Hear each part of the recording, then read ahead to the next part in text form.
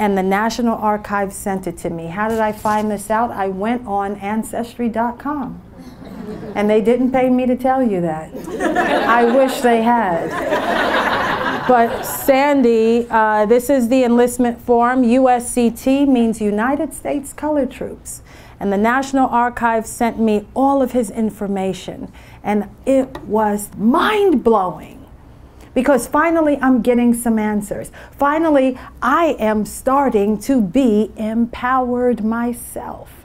But I didn't know just how much. Because I want to show you these forms. They all left together. They fled in the middle of the night, left Edmund Wills's plantation, 1863. All hell is breaking loose in Haywood County, Tennessee. And they all leave and enlist and put their hand up to fight for their freedom in the Civil War.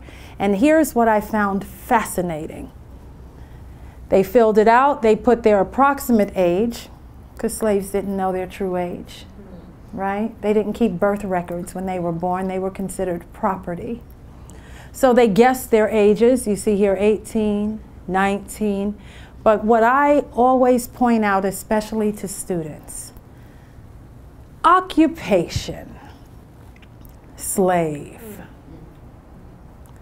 You could have knocked me over with a feather when I saw that. The audacity of the United States government, of a Lieutenant York to be exact, to look at these men and declare and certify them a slave. And here it is in black and white. It's not my opinion. Occupation slave, occupation slave, occupation, and one was left blank, but you read my book and you'll find out more about that. But here's my hallelujah moment. When I got to my great-great-great-grandpa Sandy, occupation farmer.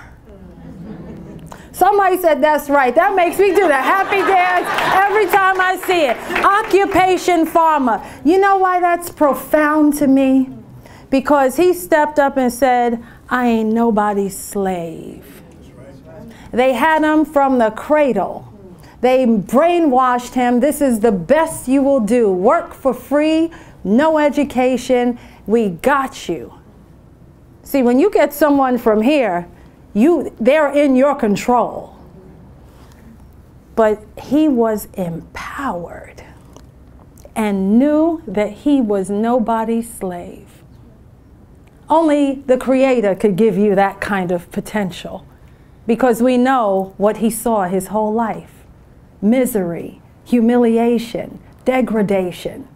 But yet, on his enlistment form, which he didn't leave me anything, but this is the best thing I have ever received in my life. He left me something greater than money. He left me empowerment. He said, Cheryl, I never believed what they said about me. I never believed all the lies that encircled me. When he had his chance to define himself, he defined himself as a farmer. Why are you telling us this, Miss Wills, in the 21st century? Because some of you in this room undoubtedly have been defined by someone, and you accepted it and you knew that you shouldn't have. Undoubtedly, we are all facing with people who project their thoughts on what they think we are. But my great-great-great-grandfather showed us the way. He said, never let them tell you who you are. Usually the students applaud after that, but I know you're deep in thought. I know you're deep in thought. But this is what I tell students when I go to their schools, because these students in some of the worst neighborhoods in New York City, sometimes they don't even take a chance because they're so afraid of what people will think about them. And it's my pleasure to remind them with 150-year-old proof, do not let them define you. The only opinion that matters is the one that faces you in the mirror.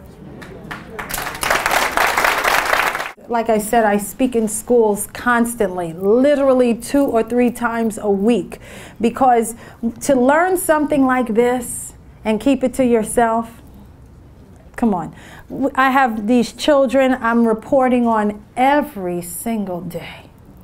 Some people ask me, well, how do you feel talking about black boys being killed for the last 20 years? I said, it's eaten me alive. It's eaten me alive. Because that means none of our sons is safe. There's no place to run. There's no place to hide.